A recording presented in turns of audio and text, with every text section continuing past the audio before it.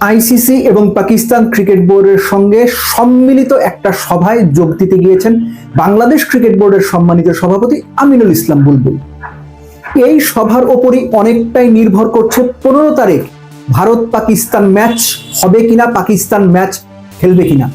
বাংলাদেশ এখন দুই পক্ষকে রাজি করানোর কিংবা কনভিন্স করার মতো অবস্থায় পৌঁছে গেছে এবং বাংলাদেশই কনভিন্স করার চেষ্টাটা করবে বা বাংলাদেশকে দিয়েই পাকিস্তানকে কনভিন্স করাতে চায় আইসিসি।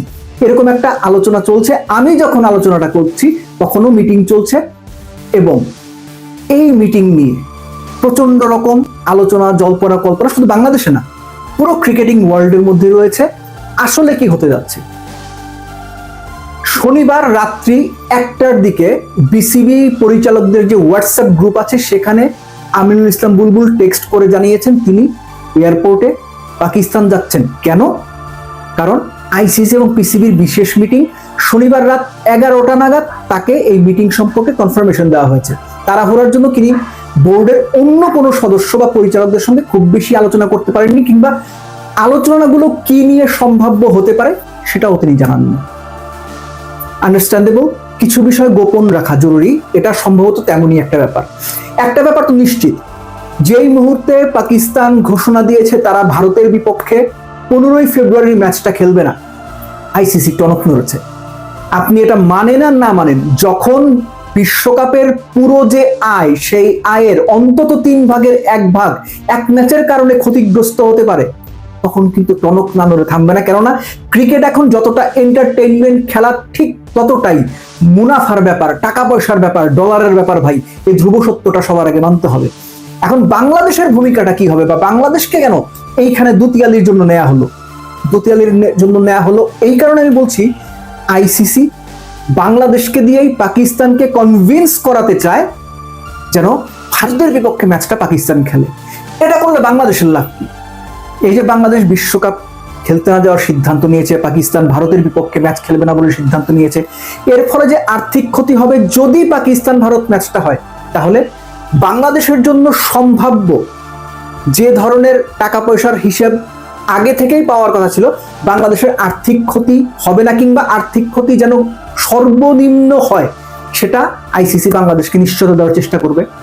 একই সঙ্গে 2026-এ বাংলাদেশে ভারতের যে সিরিজ রয়েছে, যে সিরিজটা থেকে বেশ ভালো পরিমাণের টাকা পয়সা আয় করার সম্ভাবনা রয়েছে, সেই সিরিজটা সম্পর্কে মোটামুটি একটা গ্রিন সিগন্যাল পাওয়ার সম্ভাবনা রয়েছে। অস্ট্রেলিয়া বাংলাদেশের যে শিডিউল সিরিজটা রয়েছে, অস্ট্রেলিয়া আসবে, এই ধরনের কিছু বিষয় আসে সেখানে আলোচনা হতে পারে। একই সঙ্গে পাকিস্তান ক্রিকেট বোর্ডের প্রেসিডেন্টের সঙ্গে বিসিবি প্রেসিডেন্টেরও আলাদা একটা বৈঠকের কথা রয়েছে। মোট কথা হচ্ছে, আইসিসি যে কোনোভাবেই চায় ভারত পাকিস্তান ম্যাচটা হোক, এবং সেজন্য বাংলাদেশকে দুই পক্ষের মাঝখানে একটা ব্রিজ হিসেবে আইসিসি ব্যবহার করার চেষ্টা করছে। অর্থাৎ আইসিসি চাচ্ছে, সহজ কথায় বললে, বাংলাদেশকে দিয়ে পাকিস্তানকে কনভিন্স করতে।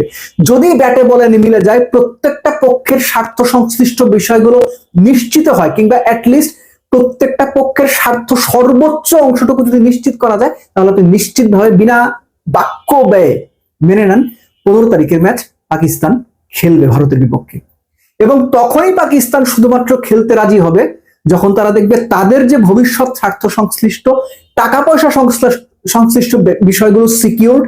একই সঙ্গে বাংলাদেশও যখন বুঝবে, বা বাংলাদেশও যখন মোটামুটি নিশ্চিত হবে যে বাংলাদেশের জন্য বিশ্বকাপ না খেলার ফলে অর্থনৈতিক, দ্বিপাক্ষিক সিরিজ বা ফিউচার অন্যান্য আইসিসি ইভেন্ট, এইচএসসি ইভেন্ট গুলো ক্ষতিগ্রস্ত হবে না, তখন হয়তো বাংলাদেশও পাকিস্তানকে অনুরোধটা করবে। সবকিছু মিলে পরিস্থিতি এখন আইসিসির সম্পূর্ণ নিয়ন্ত্রণে নেই, এটা কনফার্ম হয়ে গেছে।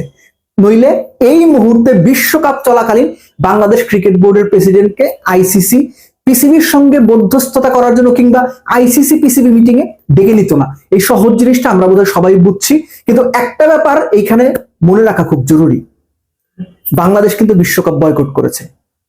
আর সেই বাংলাদেশকে ডেকে নিয়ে যখন আইসিসি পার্টিকুলার কোনো বড় মিটিং এর জন্য বা পাকিস্তানের সঙ্গে মিটিং এর জন্য দাওয়াত দেয়, তখন বুঝতে হবে আইসিসি বাংলাদেশ বিশ্বকাপ বয়কট করার ফলে, পাকিস্তান ভারতের ম্যাচ বয়কট করার ফলে বা খেলতে না চাওয়ার ফলে যে চাপে পড়েছে গত 15 বছরে, 20 বছরে, আইসিসি এরকম কোনো চাপে পড়ে নাই বিশ্বকাপ নিয়ে। সো আমাদের একটু অপেক্ষা করতে হবে যে সবার আউটকাম গুলো কি হয়। ডেফিনেটলি এটার অফিসিয়াল একটা ঘোষণা পাওয়া যাবে, হয়তো আইসিসি দেবে বা পিসিবি দেবে বা ICC PCB Bangladesh cricket board মিলেমিশেই দেবে।